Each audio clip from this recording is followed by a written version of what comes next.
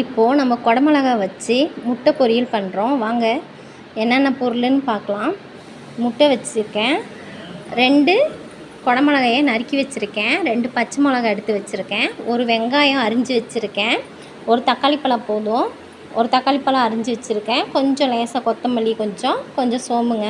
வாங்க எப்படி செய்யலான்னு பார்க்கலாம். நான் செக்கில் ஆட்டின நல்லெண்ணெய் தாங்க யூஸ் பண்ணுறேன். ஒரு 4 ஸ்பூன் ஊற்றிக்கிங்க. கடுகு போட்டுடலாம். கடுகு நல்லா பொரிஞ்சு வந்துருச்சுங்க. இப்போ சோம்பு சேர்த்துக்கலாம். இப்போ அரிஞ்சு வச்சுருக்கேன் வெங்காயம் சேர்த்துக்கலாங்க. வெங்காயம் ரொம்ப வணங்க வேணாம், மீடியமாக இருந்தால் போதும்.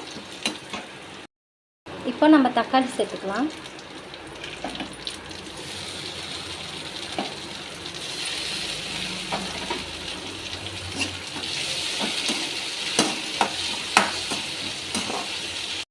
இப்போது பச்சை மிளகா 2, அதையே நம்ம அரிஞ்சு வச்சுருக்கிற குடமிளகா போட்டுடலாம்.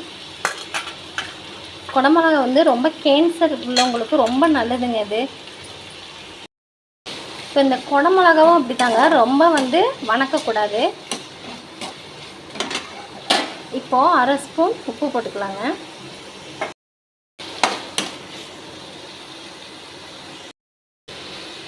இப்போ மஞ்சத்தூள் 1/2 ஸ்பூனு,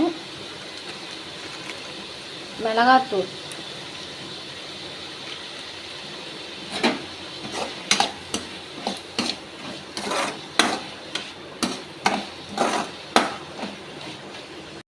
ஜீரகத்தூள்,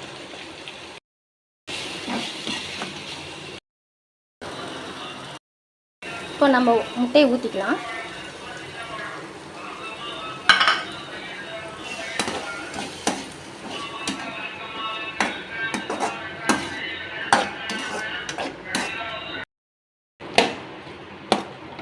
பாருங்கள், இப்போ பார்க்கவே எவ்வளோ நல்லா இருக்குன்னு.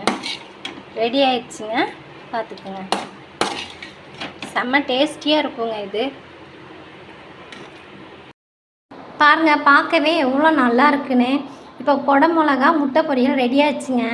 இது வெறும் சாதத்துக்கு வச்சு சாப்பிட்டா அவ்வளோ டேஸ்டியாக இருக்குங்க. நான் இப்போ அப்படி தான் சாப்பிட போகிறேனுங்க. சப்பாத்திக்கு ரொம்ப நல்லாயிருக்கும். சாம்பார் வச்சுட்டு நம்ம சாதம் இதை தொட்டு சாப்பிட்டுருந்தா சூப்பராக இருக்கும். ரசத்துக்கும் ரொம்ப நல்லாயிருக்கும். இது உங்களுக்கு பிடிச்சிருந்துச்சுன்னா நீங்கள் கமெண்ட்ஸில் சொல்லுங்கள். லைக் பண்ணுங்கள், சப்ஸ்கிரைப் பண்ணுங்கள், ஷேர் பண்ணுங்கள். தேங்க்யூ.